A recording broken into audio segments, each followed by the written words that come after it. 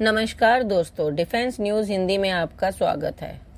आज की खबरें। भारतीय सेना के उत्तरी कमांड ने 4.26 करोड़ की असमी गन का दिया ऑर्डर। जानिए इसकी ताकत। भारतीय सेना के उत्तरी कमांड ने स्वदेशी मशीन पिस्टल और सब मशीन कार्बाइन असमी गन के लिए 4.26 करोड़ रुपए का ऑर्डर दिया। यह ऑर्डर लोकेशन मशीन्स लिमिटेड को दिया गया है। नजदीकी जंग यानी क्लोज कॉम्बैट में छोटे घातक और हल्के हथियारों का इस्तेमाल होता है। ऐसे में एसमी काफी फायदेमंद होगी। डीआरडीओ के armament research and development establishment और आर्मी इन्फेंट्री स्कूल महू द्वारा मिलकर बनाई गई मशीन पिस्टल असमी के बारे में जानिए। असमी एक संस्कृत शब्द है जिसका मतलब है गर्व, आत्मसम्मान और कड़ी मेहनत। इसे बनाने में 4 महीने लगे थे। इसके 2 वेरिएंट्स हैं। 9 mm की मशीन पिस्टल का वजन सिर्फ 1.80 किलोग्राम है। उसके ऊपर किसी भी तरह के टेलीस्कोप, बाइनोकुलर या बीम लगाए जा सकते हैं। इसकी लंबाई 14 इंच है। बट खोलने पर यह बढ़कर 24 इंच हो जाती है। यह पिस्टल को एल्युमिनियम और कार्बन फाइबर से बनाया गया है। इसकी सटीक रेंज 100 मीटर है। मैगजीन में स्टील लाइनिंग होने की वजह से गोलियां इनमें फंसेंगी नहीं। अगला, सबसे शक्तिशाली समझौता। जंग के हालात में क्या उतरेंगे रूस और उत्तर कोरिया? रूस और उत्तर कोरिया के नेताओं के बीच हुए नए समझौते के तहत दोनों देशों में से किसी पर भी हमला होने की सूरत में दोनों देश एक दूसरे को तत्काल सैन्य सहायता प्रदान करने के लिए सभी उपलब्ध साधनों का इस्तेमाल करेंगे। उत्तर कोरिया के सरकारी मीडिया की एक खबर में यह जानकारी दी गई है।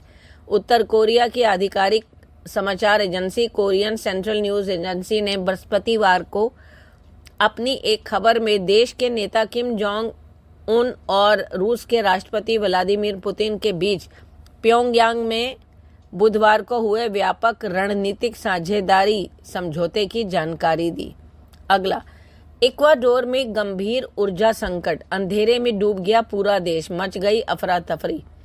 इक्वाडोर अपनी ऊर्जा जरूरतों को पूरा करने के लिए जल विद्युत संयंत्रों पर बहुत अधिक निर्भर है। इस दौरान बुधवार को इक्वाडोर में गंभीर ऊर्जा संकट पैदा हो गया और पूरा देश जो है वो अंधेरे में डूब गया।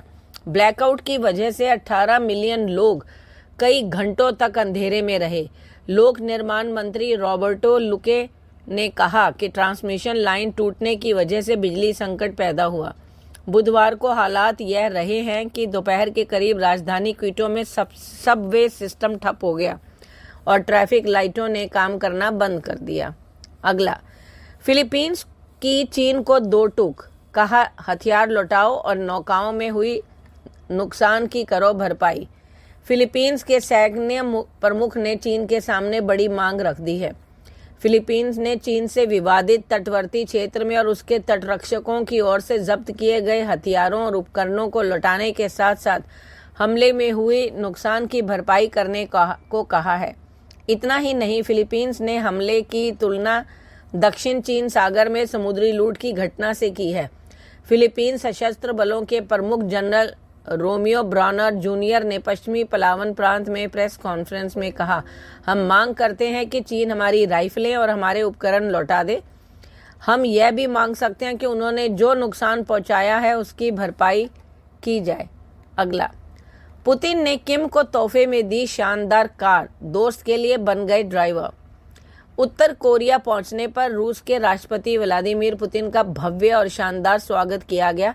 पुतिन को रिसीव करने उत्तर कोरिया नेता किम जोंग उन खुद एयरपोर्ट पहुंचे थे। पुतिन की उत्तर कोरिया यात्रा पूरी तरह से दुनिया में चर्चा का विषय बनी हुई है।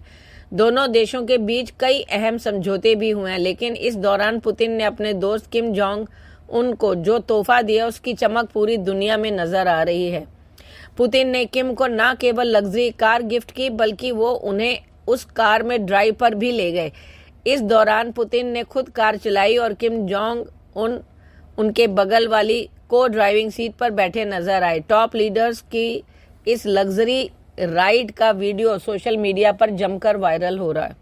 अगला, तालिबान के घातक हथियारों से घबराया पाकिस्तान। अब संयुक्त राष्ट्र से किया ये विशेष आह्वान। पाकिस्तान तालिबानियों के घातक और खतरनाक हथियारों को देखकर डर गया है। पाकिस्तान कह रहा है कि उनके अत्याधुनिक और भयानक हथियार तालिबान के पास कहां से आ गए। तालिबान हथियारों को देखकर दहशत में आए पाकिस्तान ने अब संयुक्त राष्ट्र से विशेष अपील की है। पाकिस्तान का कहना है कि तहरीके तालिबान पाकिस्तान TTP जैसे आतंकवादी समूहों को हथियार विहीन करने के लिए एक ठोस अभियान चलाया जाए। धन्यवाद।